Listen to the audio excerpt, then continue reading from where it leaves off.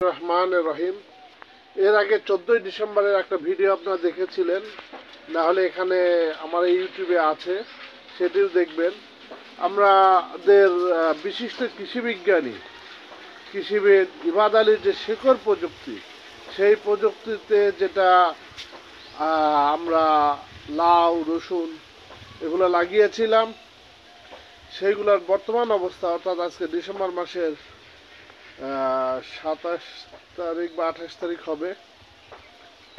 আমরা এখানে সেই গাছের বর্তমান অবস্থা দেখাচ্ছি। গাছের গ্রোথ মাশাআল্লাহ ভালো, সাথে রসুন আছে, রসুনও মোটামুটি বড় হচ্ছে। অলরেডি গাছের গ্রোথ ভালো হচ্ছে, আশা করছি ইনশাল্লাহ।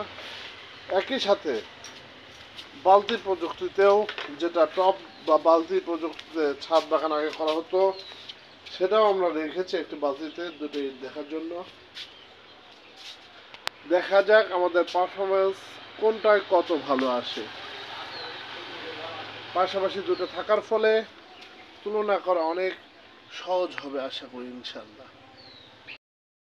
বলা উল্লেখ্য যে আমি আমার ছাদ বাগানে আমার বাড়ির যে সবজি কাটা হয় অর্থাৎ পেঁয়াজ রসুন এইগুলোর চোচা আমি এখানে দিয়ে দেই, এবং চাল ধোয়া পানি ডাল ধোয়া পানিও দিয়ে দেই।